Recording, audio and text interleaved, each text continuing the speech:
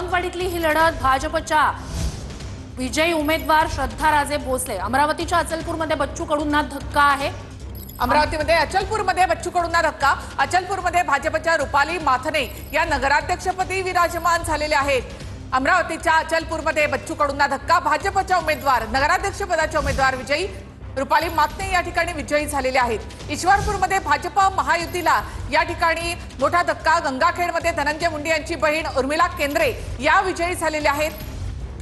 गंगाखेडमध्ये धनंजय मुंडे यांच्या बहीण उर्मिला केंद्रे विजयी झालेल्या आहेत। मोठी महत्त्वाची घडामोड।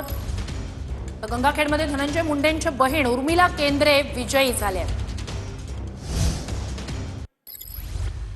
तर ईश्वरपूरमध्ये भाजप महायुतीला धक्का। जयंत पाटील यांची एक हाती सत्ता या ठिकाणी आहे। नगराध्यक्ष पदाचे उमेदवार आनंदराव मलगुंडे या ठिकाणी विजयी झाले आहेत।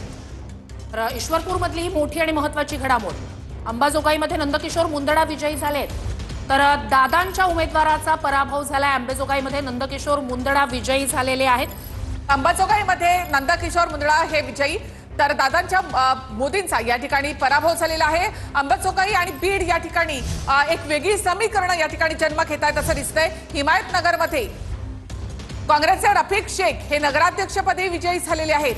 हिमायतनगरमध्ये काँग्रेसचा उमेदवार विजयी रफिक शेख या ठिकाणी नगराध्यक्षपदी विजयी झाले। हिमायतनगरमधली मोठी घडामोड। काँग्रेसचे रफिक शेख या ठिकाणी नगराध्यक्षपदाच्या निवडणुकीत विजयी झालेले आहेत। हिमायतनगरमध्ये काँग्रेसचा नगराध्यक्ष असेल रफिक शेख नगराध्यक्षपदाच्या निवडणुकीत विजयी झाले। भोकरदनमध्ये दानवे पितापुत्रांना मोठा धक्का। या ठिकाणी भोकरदनमध्ये दानवे पितापुत्रांना धक्का। पवारांच्या समरीन मिर्झा या ठिकाणी विजयी झालेले आहेत। कुंडलवाडीमध्ये भाजपच्या प्रेरणा कोटलवार नगराध्यक्षपदी विराजमान झालेले आहेत। कुंडलवाडीमध्ये भाजपच्या प्रेरणा कोटलवार या नगराध्यक्षपदी विजयी झालेल्या आहेत। कुंडलवाडीमध्ये भाजपचा विजय। नगराध्यक्षपदाच्या उमेदवार प्रेरणा कोटलवार विजयी झाले आहेत। मंत्री गुलाबराव पाटलांना बालेकिल्ल्यातच मोठा धक्का आहे। धरणगाव नगर परिषदेत शहर विकास आघाडीच्या लीलाबाई चौधरी यांचा विजय झालाय। बुलढाणा खामगाव या ठिकाणी अपर्णा फुंडकर नगराध्यक्षपदी विजयी झालेले आहेत। बुलढाणा खामगावमध्ये अपर्णा फुंडकर या विजयी झाल्या आहेत। मंत्री गुलाबराव पाटील यांना त्यांच्या बालेकिल्ल्यातच मोठा धक्का आहे।